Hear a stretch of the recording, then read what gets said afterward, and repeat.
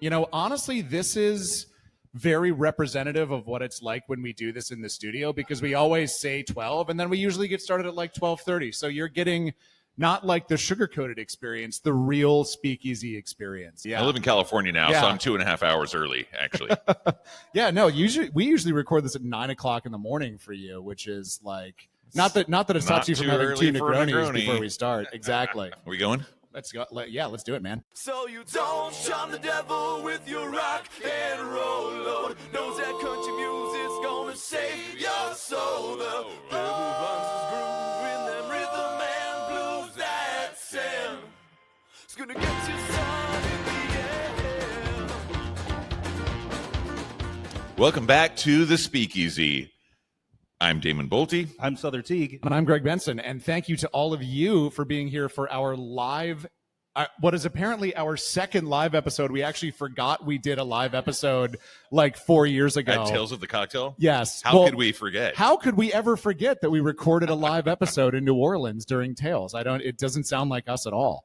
I mean, technically when we're in the studio, behind Roberta's at Heritage Radio Network, it's kind of live, right? Or used to be. But nowadays we're kind of polishing it up at the end and making sure that we've gotten older and sloppier, so we're fixing a lot of stuff in post. It's harder for me to be places at times since the pandemic. So when I have like a 20-foot commute to the studio, that really helps me get started at a brisk half hour past the hour, which is great. Right. But thanks to all of you for joining us for this event, episode number 600. Also want to thank everyone who's listening at home to this for just being a listener, whether you're tuned in for episode 1 or you just joined us last week. Thank you. We do it for you. We would talk into microphones if no one was listening. That's just who we are. But it's really nice to know that you're there. Yeah, exactly. Yeah. We used to talk into microphones when no one was listening. But over the course of the show, we've garnered a pretty substantial following. We've gained plenty of accolades and accommodations from places. And honestly, we do this for love of the game, right? We don't make any money off of this, to be sure. But what we do get is kind of like the opportunity to speak to colleagues, mentors, the opportunity to travel and to learn every week. And that's the payoff that I'm looking for every time, right? And the occasional free book or bottle. The free bottles are great. Love the free bottles. Keep them coming. Stop sending me your books. It doesn't add to your account if you send them to me for free. I mean, I created a library for my teams, right? So all the books are in a library at my office, so all the teams can go in and reference them. So that's great. It's a great perk as well. Totally. Well, it's really great to be here at BCB. This is my first time at the Industry City location. The last time I was at BCB was, it was in Williamsburg, Greenpoint, that kind of area. And it's kind of amazing to see how much it's grown. And Industry City is just insane. We had Jackie on the show a few weeks ago talking about this setup and everything. And then we have a live audience here too, and lots of friends. Yeah. Say hi. Yeah. See, lots of real. friendly faces. I just got interviewed by a Muppet earlier. So we're having a great day. I do want to say quickly, before we get into this beautiful space that we're in right now, Fort Hamilton Distillery. Like you said, Sother, I want to kind of echo a little bit of that. We do this for the love of it, and I've been doing this show for almost 15 years now. This is episode 600. Brought you guys on. I remember you gave me you call it a hobo coin, an engraved quarter that said episode 300. That was half of this, Yeah, that was half. The show started. You were on. Patrick Martin's had you on his show at Heritage Radio Network in December of 2010. He tricked me. He tricked you. Yes, he had you on for the Repeal Day episode. Right, which December 5th. Yeah. And then he offered you a job that paid no money, and you accepted. Yeah, he said, "You want to?" He's like, "We don't have a cocktail bartending show on the station. Do you want to do it?" And I said, "How much does it pay?" He said, "Nothing." I said, "Perfect, I'll do it." Yeah, I'll take it. But then the show began in earnest the first week of January in 2011, and then I came on in February of 2016. 5 years in, that was 10 years. 14. It's the 14-year run. Do the math. Sorry. 2 Mai Tais in. That's the math. Well, you should be drinking Negronis. A 14-year run for anything is incredible, right? Right. But to have something like this go on and continue and grow and expand and change, and it started as just you the host, and I came on as like your sort of weird sidekick, and then I ingrained myself, and then you were going to leave, and you had to move to California, and we were a live radio show in studio at that time, right? So you couldn't attend anymore, so I took on Greg. Then the pandemic came, and we went remote, and I was like, well, if we're remote, then Damon can be on the show. He'll just have to be on at 9 a.m. And you were like, again, foolishly, I think maybe, sure, I'll do it. And now the three of us do it, and it's like, it's great. It is. I've said it literally now for years. It is the thing that I do each week that I love the most. So I'm stoked to be here, stoked to be with you guys, stoked to be at Fort Hamilton, and absolutely, let's get into it. Well, thanks a lot for saying that. And Greg, you're the young one here. And, the token millennial on the show. Yeah, it's been really great having you on the show as well. Thanks, I man. Want to say that. I don't know if I say that enough. BCB is, when we had Jackie on the show a few weeks ago, she said her favorite part of BCB, for the listeners, not that, Bar Convent Brooklyn, if you're not familiar, was standing at the gate and watching everyone come in. And I was walking in, and it reminded me that speaking of time differences and whatnot, it reminded me that I needed to show up a little bit earlier, because it took me about an hour to get to the front gate just because I was saying hi and hugging everyone, and that's amazing thing. That's an amazing thing about this industry. It's like we're spread all over the world, and there's a certain mutual respect and trust and just love, like we spend our lives professionally making other people happy, and that makes us happy. So we're just a bunch of happy people hanging around together having drinks. And speaking of happy people and happy places, this, we've been here for about a couple hours getting ready for this show, and man, this place is awesome. Fort Hamilton Distillery. Wow, what a beautiful space. Cool distillery, bar, tasting room. There's a couple of pool tables that I'm gonna get into after the show. Oh yeah. But to talk about this further, why don't you introduce our guest, Greg? Oh man, well, speaking of Fort Hamilton Distillery, we've got the co-founder and CEO of Fort Hamilton here with us, Alex Clark. Alex, thank you so much for. Normally I say thank you for being here, but you're kind of here anyway, so thank you for having us here. You can in find me space. down here occasionally. Thanks for showing up here. Yeah. Thanks for coming to work today. Yeah. Yeah, he showed up, and we were like, we're doing a live podcast in your place in an hour. Deal with it. Yeah. Well, thanks for coming yourselves, and congratulations. Well, my pleasure. Our pleasure, and congratulations on 600 episodes. That is monumental. Yeah, that's a big deal. That's why my beard looks like this now. Yeah. No, it's still, like the presidency. It ages you, Hey, you still got color there. It's working. So yeah, welcome to the Fort Hamilton Distillery. It's an honor to have such esteemed guests with us today. Just 600 episodes is no joke. Since 2011, you've been doing this, and since 2011, we've been kind of at the whiskey making game, for sure. I got into it by launching the Widow Jane Distillery in Red Hook in 2011 with our friend Dan. And prior to that, I was a bartender, and since then, I've also been a bartender. So the hospitality game is definitely in my DNA. And like you said, most importantly, I think we're kind of happiest when we're making other people happy, right? If you're a natural, that's what's going on. And so it's an absolute privilege to be in the company of such esteemed hospitality professionals. Oh, thanks. Yeah. Well, so tell us, since we're in this space, tell us a little bit about the history here. And we learned from Jackie in episode 599 that BCB moved to Industry City in, 3 years ago in 2020? Yeah, it was their first one back after the pandemic moved here. Right. What is it? You were kind of an early adopter of this space. I think kind of the phrase is anchor business, I believe. So talk to us a little bit about how that was for you, the journey of kind of seeing Industry City grow from?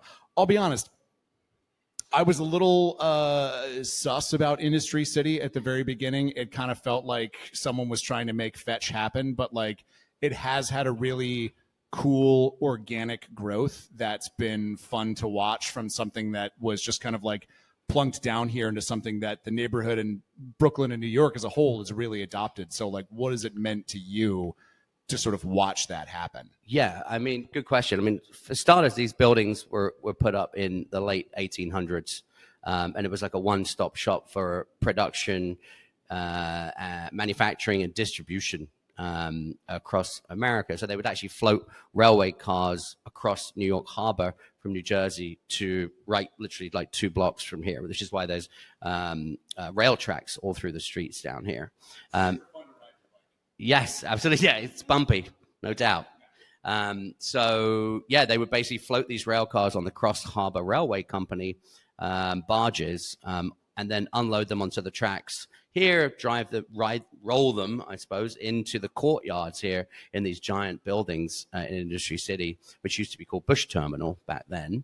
And they would unload the rail cars with the raw materials that they collected from across America, and then load them back up with the finished goods that have been produced in these buildings. So it was the first of its kind, and it was a very unique space. In the 70s, 80s, 90s, it fell into a bit of disrepute and disrepair, more prostitutes and drug dealers than manufacturing. The good old days, as you could say. Yeah. The earliest business. Yeah, that's good. Yeah. I've got the numbers. And then in 2010-ish, the Jamestown group that owned Chelsea Market and the building above it sold that to Google for about $2 billion, and invested that money into these 6 million rentable square feet of space down here in South Brooklyn, kind of on the edge of Sunset Park, nestled between Greenwood Cemetery and New York Harbor is where we are currently. And they started regenerating the area by offering basically free rent to big box stores like ABC Carpet Home, Restoration Hardware. There's a blueprint for doing this, which is kind of been normalized in many ways by real estate companies across mega cities, where there's old industrial spaces that are, lots of space, zoned industrial, no residential. How do you bring those spaces that are, now kind of dead back to life? And so by bringing these big box stores in, you kind of guarantee some foot traffic on the weekend. Then the next thing you do is try and get forward-facing businesses or manufacturing businesses with a forward face, such as a distillery with a tasting room, to come into the space and help bring energy to it and help bring more foot traffic, not just on the weekends, but hopefully during the week. As your rents increase, you can then encourage people to move into the upper floors who can then frequent these businesses. So a bit of a self-fulfilling prophecy if you get it right, and these guys have got it right. Creating like a synergy. Yeah, exactly. So it all has to kind of work hand in hand. And most importantly, don't expect overnight results. I mean, these guys, our landlords, have like a 50 to 100-year outlook on these buildings. Somebody was going to put a scrap heap of metal down there between 2nd and 1st Avenue, and they're like, we can't have that. We'll just rent it off the city for 100 years. So they signed a 100-year lease, and now they've released that to Equinor, the Norwegian sovereign wealth fund, who are staging the world's largest wind farm right here at the end of the block, which they're going to float out into the Atlantic, which will hopefully power most of New York City by, I think, 2029 using renewable energy. And they're staging those windmills right at the end of the block here. So they have a long kind of vision for this space. What the fuck are you talking about? That's insane, man. I know, it's wild. That is pretty crazy, but I think from your own history as a former exotic currency broker. Someone's. I always do my research. Someone's researched me. How do you know that? That's right. How do you know that? How did you make a leap from exotic currency broker, which I don't know what that means, to bartender, to then being able to finance a project like this? Because I think I always ask sort of the businessy questions on the show, because I'm an entrepreneur myself, and I'm always looking to expand and grow and bring in more team members and create more equity for everyone out there. What sort of financial planning does it take to say to yourself, I'm going to open a facility like this. I'm going to create things that, like, again, we get to make people happy at our bars. We, the three of us, get to make people happy outside the bars through this show. But you get to send people to your bar, but then you get to send bottles literally all over the world. You're making people happy everywhere. How does that financially work, and how does that work from a vision standpoint? That's a really good question. I would like to say that I wrote a business plan and figured it all out beforehand, but I didn't. Was it back of the napkin like I do it? Like, yeah, just sort of yeah. like... It was real. So Widow Jane, we launched and became an instant hit. Definitely right place, right time. The business model there was source whiskey from Indiana, Kentucky, wherever we could get the bourbon from, and cut it with water from New York, localize it that way, and bottle it and sell it. Great business model. But what I wanted to do, and this goes back to my bartending roots, was kind of recreate the original whiskey style of America, which is New York rye whiskey. That's what was around in the 1700s before Kentucky was even a state. Bourbon County was in Virginia back then. They're not going to tell you that on your bourbon tour of Kentucky. But the fact of the matter is New York was distilling rye whiskey long before Kentucky was distilling bourbon.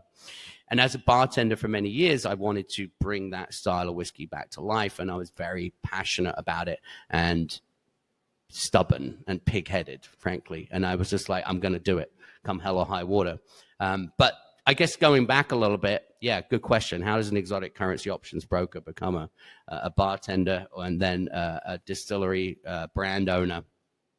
So I'd actually moved to New York in '98 and had a visa as an exotic currency options broker, which is a gig that I kind of lucked into in London and was quite good at it because there's two types of brokers. There's one that is really good with numbers and there's one that's really good at getting people pissed and partying.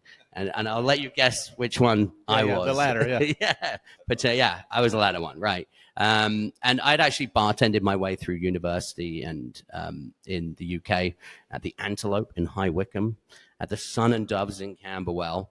So I knew my way around a bar, pulling pints, pouring shots. But this whole notion of classic cocktails and all that was like totally foreign, totally alien to me. So after a year or two, I quit my job as a broker and met my wife and co-founder of the distillery now, Amy, and went back to my main love in life, which was music. And I was a professional DJ around town for about, 7 years or so. And one of my gigs was actually in the back of East Side Company on Grand and Essex, which was Sasha Petraske's bar that he owned with Joski, the highfalutin DJ who's still doing the biz, and Carlos ran it with Sasha, and so I was DJing in the back. They were pushing out great cocktails in the front, and this is a very crazy fertile time for the cocktail scene. Sam Ross was around, Mike McElroy was around, Matty G was around, and Sasha was always riding around on his bicycle, and it was like a really crazy cool time and very nascent time in the cocktail scene. And Milk and Honey was going full steam ahead. And so Amy, we ended up, Amy got pregnant with our son Andreas, who's now actually peeling fruit for our gin in the back today, which is awesome. Free labor. Yeah, right, exactly. I was like, shit, I should probably get a real job. And I said to Sasha, put me behind the bar. I could do this. And everyone thought it'd be hilarious to get this English DJ behind the bar and see what he could do. And ultimately, I knew how to do the bar because of my mini career in the UK, but I didn't know how to make in Manhattan. So I was like, just tell me how to do it, and I'll do it. So, I learned from the best, and they showed me the ropes, and I really fell in love with it. And I fell in love with the idea of classic cocktails. And but what was crazy was that you couldn't really buy rye whiskey in New York at the time. You could buy Old Overholt. Rittenhouse had just made an appearance, right. And I think that was forced by some bartenders around here, if I'm not mistaken. And these are two Pennsylvania brands in name that were now being made in Kentucky with lots of corn. And if you actually look back at historically how the original rye whiskeys were made in New York, they were not made with corn. They were made with rye grain and malted barley. So there was this kind of... We have a little bit of a small bridge in common, you and I. We do. I purchased at auction some years ago a case of Old Overholt Rye Whiskey from 1909. Yes. And I know that you were tasting some 1909 whiskey that was somewhat the impetus for this project. Yes, that's very true. So also shit I looked up. Yeah, geez. Uh-oh. What else does he know? I'm starting to get worried. So, yeah, part of the Widow Jane project involved us flying down to Kentucky and Indiana and trying to source whiskey. And on that journey, Drew from Willett pulled out a bottle of rye from 1909, a Monongahela style rye. So a rye made in Pennsylvania, distilled in Pennsylvania along the Monongahela River. The distilleries along that stretch were famous for not using corn in their mash bills, just using rye grain and malted barley. In some proportion, between 90% rye, 10% malted barley, and 80% rye, 20% malted barley. So I tasted this whiskey, and I was like, why are we not making this style of whiskey anymore? And then you look into it, you're like, oh, right, because of Prohibition, which killed all the distilleries in the Northeast, which started, with the original distillers in America, and then corn subsidies, which were enacted by the U.S. government, which encouraged people to use as much corn as possible in their whiskeys. And in rye, you have to be at least 51% rye grain to qualify as a rye whiskey and be aged in a brand new heavily charred barrel and be made in America for American rye. So in theory, you can make a 51% rye, 49% corn mash bill, lower your costs, and still have a rye whiskey. And that is exactly what was going on. And so for me, I was like, well, actually, if I want to make the most authentic Manhattan on planet Earth, we're going to have to make this style of whiskey again. And so that was my business plan. Yeah, let's just make some whiskey. The Widow Jane project was up and running. I did what I promised to do there, and then I quit to kind of figure out how to get this idea birthed, as it were. And I was fortunate enough to have a front row seat to craft distilling in New York City. Kings County was coming up, Van Brunt was coming up, New York Distilling was coming up, Widow Jane was coming up, Tuthill Town. Yeah, all these guys were all part of that, that wave of craft distilling. And nobody knew what they were doing, really. It was all like kind of, just shooting from the hip, which is fun. But, and Widow Jane, succeeded. And so there was another distillery right here in Industry City called Industry City Distillery that was making crazy good vodka. They were propagating their own yeast. They were building their own stills. And it was an idea that was probably a little ahead of its time, frankly. But they were very passionate. They were sort of science geeks, like really pushing the envelope on how to do distilling. Yeah, 100%. And they were really doing it right in many ways. And they were like all wearing gray jumpsuits and running around looking like Ghostbusters. And it was fabulous. And they had space right here in Industry City, and they had more space than they needed, and they were paying something crazy like $11 a square foot in rent, which is like dreamland these days. And they had more space than they needed. So I was like, listen, do you think we could put some barrels down? And they were cool enough to say sure. So we started actually distilling our 90% rye, 10% malted barley mash made with all New York grain at the Black Dirt Distillery in the Warwick Valley, New York, who had put in an 18-inch Vendome column still back in, I would say 2011, 2012, something like that. And they had excess capacity on it. An 18-inch column, you can do 13 barrels or so in 8 hours. So you kind of need to keep feeding the kitty on that one. So they had extra capacity, and they were happy to let other distillers take up that capacity on their still. So we started distilling our mash bill up there and then bringing the barrels into Industry City to age them out and working under their license, which is sort of, I guess these days would be a bit of a gray area, but back then it was a bit Wild Westy, and that was fine. And so that's how we did it. That's how we got it up and running. And the seed money, I mean, it's a longer story, which I'm not supposed to talk about, but it was basically a trademark dispute that we were on the right side of, which ended up putting a little bit of money in my pocket, which I spent on 13 barrels of whiskey. ultimately 13 25-gallon barrels. That was batch 1 of Fort Hamilton. And then batch 2 was 20 barrels that we distilled up there at Black Dirt. And then we just kept begging, borrowing, and stealing money to continue feeding the beast that is the whiskey inventory build.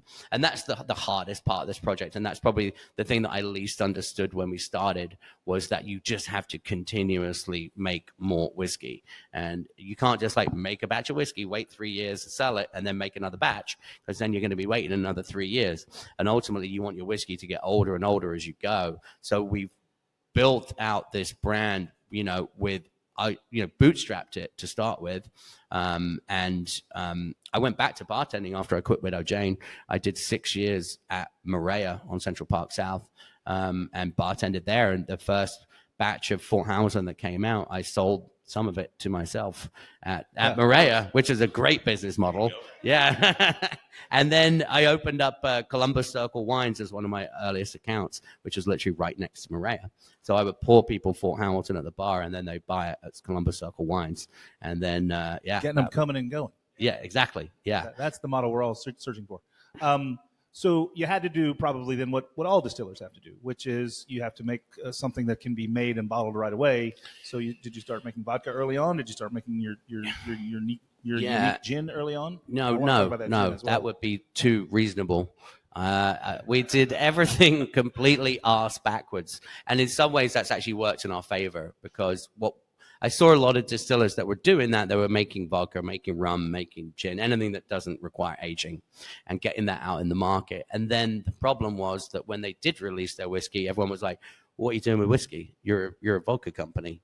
And so I was like determined to not let that kind of get in our way.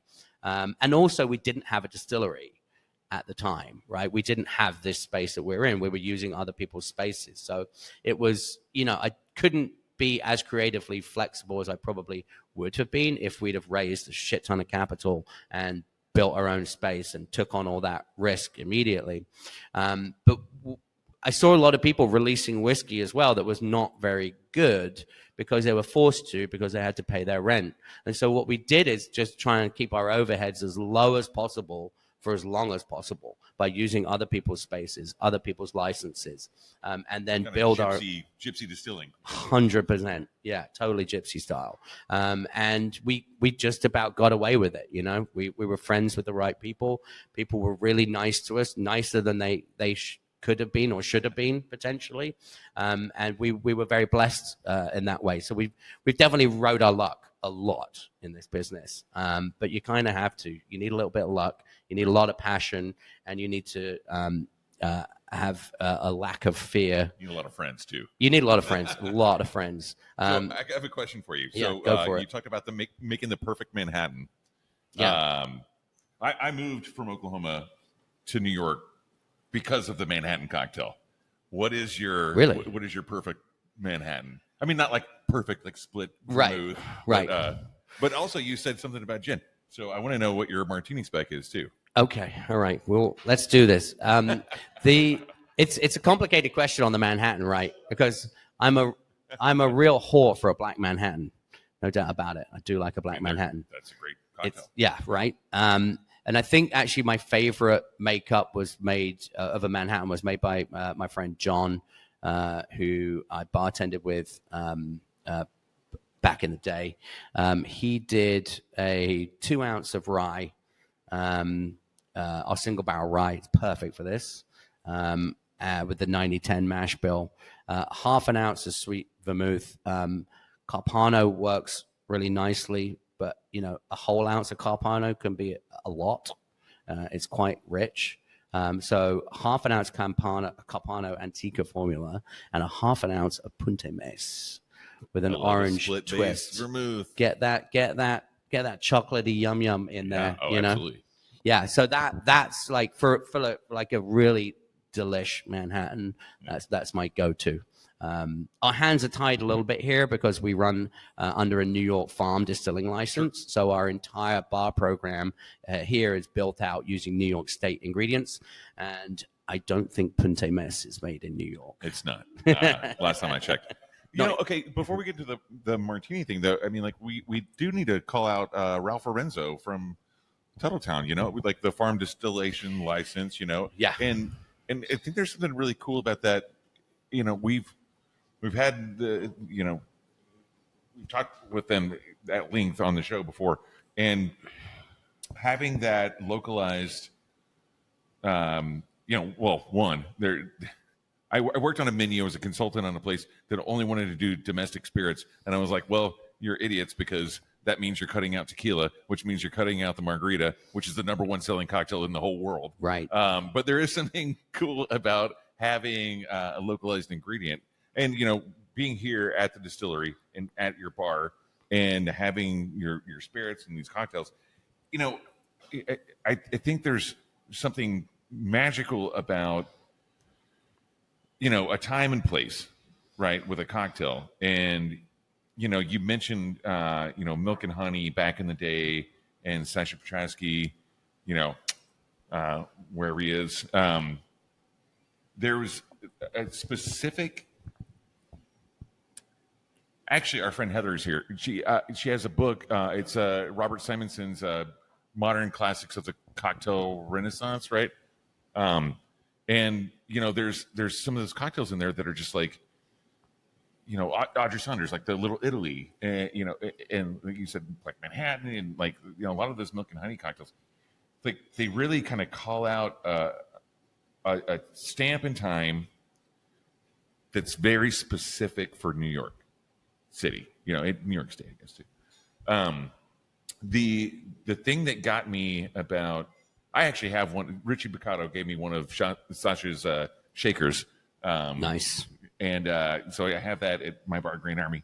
And, you know, there's something about, like, and I don't want to sound like overly nostalgic, even though I am. But, you know, to be there in that time, it gives you a lot of perspective on the cocktail.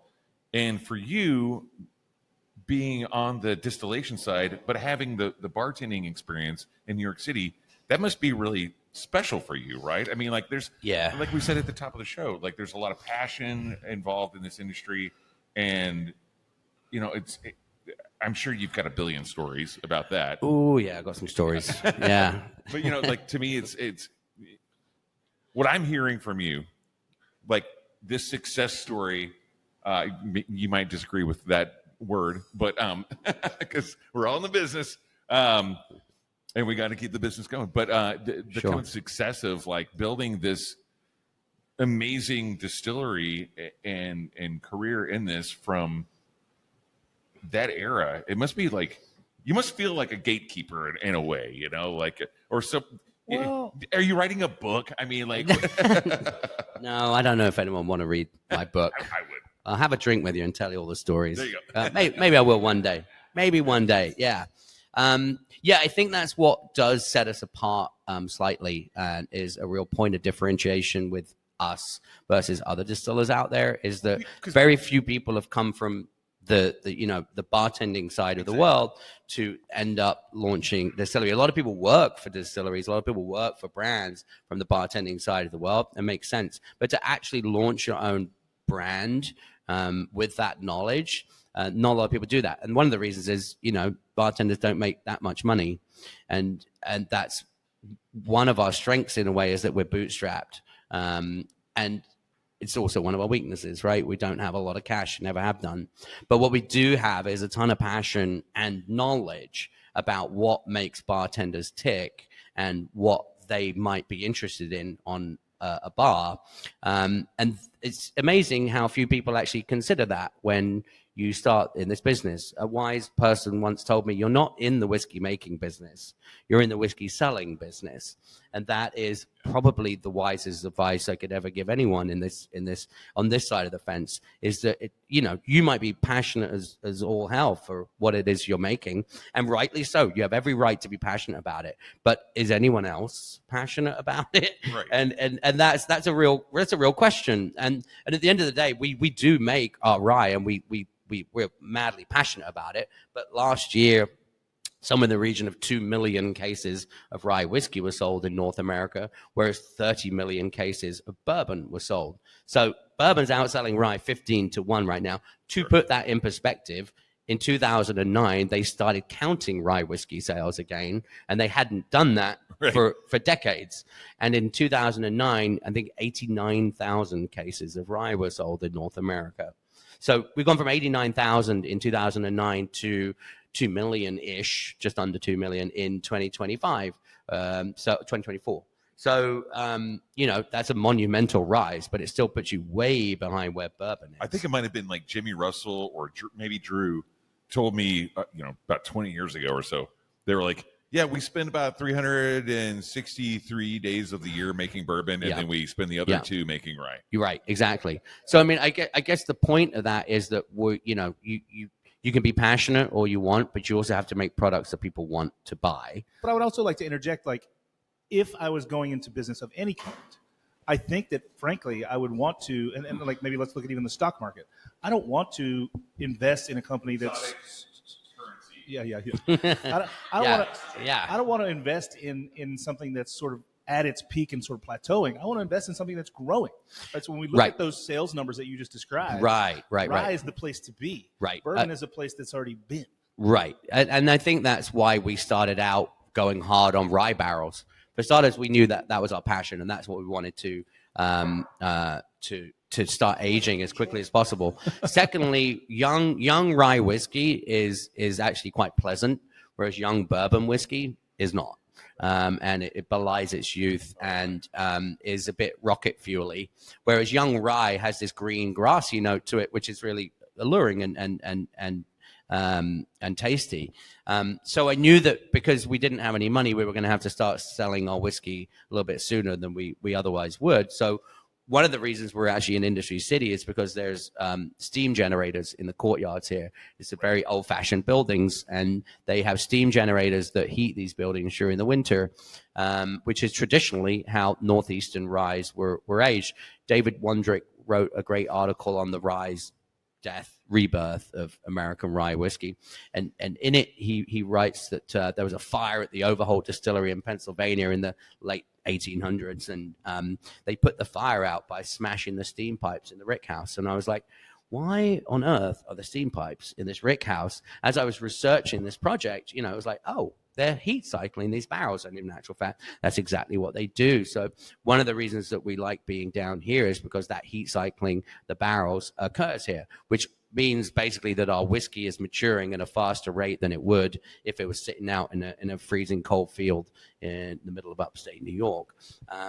So bringing the product to market in a timely fashion, and knowing that rye tastes pretty good young, better than bourbon does, meant that we actually did go hard on the rye to start with, which is the complete polar opposite of what you're supposed to do. You're supposed to start with vodka. You're supposed to start with gin. You're supposed to start with rum, and we didn't.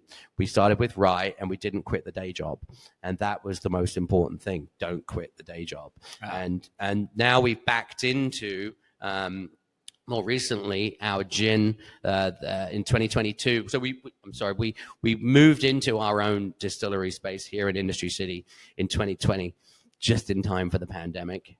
Fabulous, which we all got burnt by. But I was, I also lost my job bartending because the restaurant closed down. But we, and that's actually when I was like, shit, we should probably take this project a bit more seriously than we have been. So we did raise a little bit of capital, not a lot, but enough to get us into the space, operational, up and running. And then we, once we were under our own steam, we put the gin still in 2022 and immediately launched our watermelon and cucumber gin, which has been an absolute smash hit, much to my and maybe other people's surprise. But people are really responded positively to it. And for us, like for a branding perspective, the Battle of Brooklyn started in a watermelon patch 1 block from here. So I was like, is there a way to put watermelon in the gin? And after a couple of years of research, both. So the rind is actually where the flavor of a watermelon resides. But when you cocktail with it, invariably you're going to add something sweet to it. So then the sweet and the rind together creates that watermelon ripe flavor that you expect. And so it's become this really wonderful tool in a bartender's arsenal, and it behaves really interestingly when you cocktail with it. Union Square Cafe had it in a pink Negroni last summer using Sailor's aperitif and Coqui Rosa. Simple, incredibly effective. Yes. Well, I mean, this is a perfect time to. And speaking of drinks, shout out to the wonderful Sarah BB who just delivered another round of beverages to us. Starting from here on out, episode 601 on, we're just going to do them all live here so we can get live beverage service as we're doing this, because really, I don't know why we were doing it the other way for so long. This is so much better. But this is a great time to ask you about your, we kind of got a little bit off topic here, but what are your martini specs as we're talking about kind of like gin and these very fresh, summery botanicals? I just switched from freezer door old fashions to freezer door martinis for the warm weather. What are your ideal specs? Yes, I like that. Well, I mean, my vodka martini is vodka and ice. That's that. Love it. No need for vermouth in that one. Not sure how that ever happened, but whatever. Just want to clear that one up. And why mess with a classic? Yeah. For gin, it's interesting, right? It really does depend on the gin that you're using. That's the truth. I think Sasha used to love a 1-to-1 with Plymouth, if memory serves. And he was way out of line at the time on that one, like properly, like on a different planet. People were like, what the hell are you doing? Because we didn't have all the vermouth that we have nowadays. Right. That's true. Yeah. That's true. And also I think James Bond had a problem, as well. Like, dry, right? He was like all about the dry martini. He's like, why, James? Why? Maybe he didn't have access to decent vermouth or something. Who knows? But I think that, the base of the gin, the base gin has a direct impact on how much vermouth you should be using. I kind of went down a 2-to-1 ratio road a long time ago, usually using with Plymouth as a base because I'm a copycat. But with our gin, it's a different style of gin. It's a very modern style gin. It's less juniper forward. The top note of cucumber and watermelon come through. We use fresh peeled oranges, fresh from California. We use fresh limes and lemons from Florida. We use uniquely New York corn as its base. So unlike an old world European style gin that would have a wheat base, which would be a little bit sharper on the palate and arguably require more vermouth to soften it up, ours is already a little softer because we have a corn base to it to start with. So where does this leave us? Good question. Well, this actually does lead into kind of, I'm the guy who likes to ask the unfair questions on the show about like asking people to kind of like gaze into the crystal ball and be like, what's the future? What's coming? But, we've talked a lot about how inspired your spirits are by history, by the past, by not just history of spirits writ large, but the history of this area. I mean, the Battle of Brooklyn, it was there. It was like literally like a couple blocks up that way where it Battle happened. Hill is literally right there. Yeah. That's why, that's his name. Yeah. For that reason. Great day out, by the way. Beautiful. If it's like nice and sunny, you have a good view of downtown Manhattan, it's perfect. But like, where do you sort of see all of this going? One thing that I sort of wanted to ask you about is to get you to kind of give us the state of the union on where distilling at the size and the scale that you're doing it is going, because it's been, the 2010s were great for anyone that wanted to open a microbrewery or microdistillery. The 2020s have been a little bit rougher. So where do things stand now, and where do you see things going? Good question. I mean, you could always sort of answer that by saying follow the money and look at what's going on. I think generally speaking, liquor brands right now are pulling back on marketing spends and volumes down a little, but it's all being compared to numbers that were made during the pandemic, which is not necessarily realistic to start with. Right. But I also think that, you talk to bar owners such as yourselves, and, there's are people nursing cocktails for a little bit longer? Are they buying one less cocktail over an evening? I don't know. I mean, I think there's some truth to that. I think what we're seeing from the bar perspective, and Damon can probably back this up, we're seeing that people definitely are nursing cocktails, making their experience last a little bit longer, making the dollar go a little bit longer. Yeah. And that's part of the reason, the dollar, right? Cocktails are a little more expensive than they've ever been, and people are feeling an economic pinch. Yeah. You know, every report that we see right now dictates that, the average American, 60% of us can't afford what we would consider a marginal lifestyle. So that's impacting people tremendously. And then we have other factors such as, the recreationals being legalized in different states. Of course, here in New York, we have marijuana and mushrooms are coming up. So there's other things to do that the young kids like Greg's Greg a fan. You know, I enjoy sitting down with a whiskey. Greg enjoys maybe sitting down with some mushrooms. And, the two sad. Yeah. Well, I was about to say, Greg, actually, the two sadly don't really mix. So I think, people might be drinking a little bit less, but I also think it's a financial concern more than anything. We're in New York City, right? I don't think anyone's opened a new distillery in New York City in a while. Rents just keep going up. And it's one of the, and not just for distilleries, but for bars, for every business, right? And I think ultimately you're going to end up with Chase Manhattan banks on every street corner because they're the only ones that can afford the bloody rent. And it's not good, artistically or creatively when that happens. And it's one of the reasons that we're sort of out here in South Brooklyn is because, putting a distillery in the middle of Manhattan, which, actually did happen from a very, very wealthy company, is bloody expensive. And is the juice worth the squeeze? Probably not. So, it's not all doom and gloom, though. I wouldn't be sitting here doing this if it was. We're growing super quick. I'm the silver lining guy on this show. To Sother's Eeyore, I don't know if I'm Rue or Pooh or whatever. I'm Tigger. Okay, I'm Tigger. Okay, gotcha. Okay, so the way I see this right now with you and what you're doing, you're not a manufacturer. You're a supplier. Like you're not in it for the money. You're not. God no. If we were, we would all be in an exotic, currency if we were really in it for the money. So I mean, literally. But the thing is, like, what I mean by that is, like, you're not a manufacturer of spirits. You're a supplier. You're supplying spirits. You're making them for the love of it, just in the way that you supply love or friendship. Right? Sure, yeah. So, like, manufacturing takes the soul out of it. And there's all kinds of MGP kind of shit, I like that. I like that. I can get with that, yeah. But what we do this from a place of love, right? Right. That's what it is. And, and I got to say, I mean, I know we're right here at the end of the show, but I really appreciate you supplying us with this great time and this great space today. It's an absolute pleasure. Like, it's obvious that you love what you're doing, and I kind of ramble on a lot on this show about this. Big surprise, everyone. But we do this because we love it, man. Right.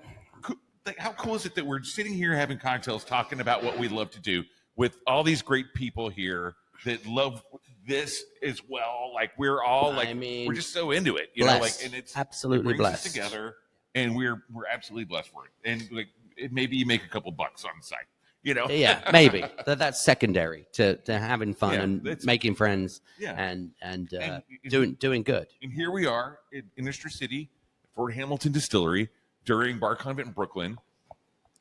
Lots of love. 600 episodes on the Speakeasy.